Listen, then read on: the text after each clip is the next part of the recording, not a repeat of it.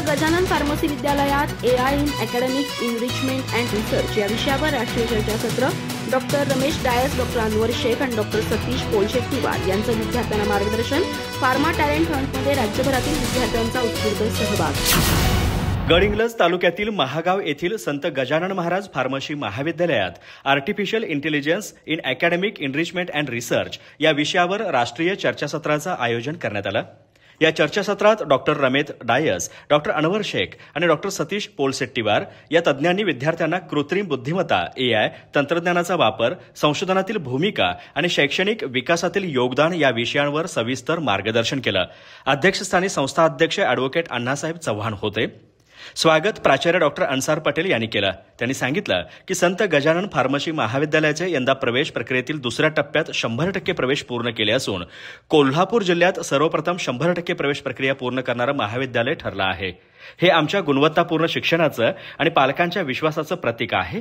AI सारख्या आधुनिक तंत्रज्ञानाच्या माध्यमातून शिक्षण अधिक परिणामकारक बनवणं हे आमचं उद्दिष्ट असून विद्यार्थ्यांनी याचा पूर्ण लाभ घ्यावा. डॉक्टर रमेश डायस म्हणाले, आर्टिफिशियल इंटेलिजन्स म्हणजे केवळ संगणकाचं कौशल्य नाही, तर मानवी विचारशक्तीला पूरक अशी क्रांतिकारी शक्ती आहे.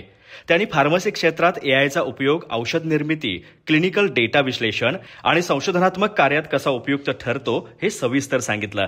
फार्मसी विद्यार्थी जर आजपासून एआयशी परिचित झाले तर उद्याचे संशोधन आणि उद्योग क्षेत्र दोन्हीही त्यांच्या हातात असतील, असं त्यांनी नमूद केलं. डॉक्टर अनवर शेख यांनी सांगितलं की एआयमुळे शिक्षण अधिक वैयक्तिक झालं आहे. विद्यार्थ्यांच्या आवडी, क्षमतांनुसार शिकवण्याची नवी पद्धत विकसित झाली आहे.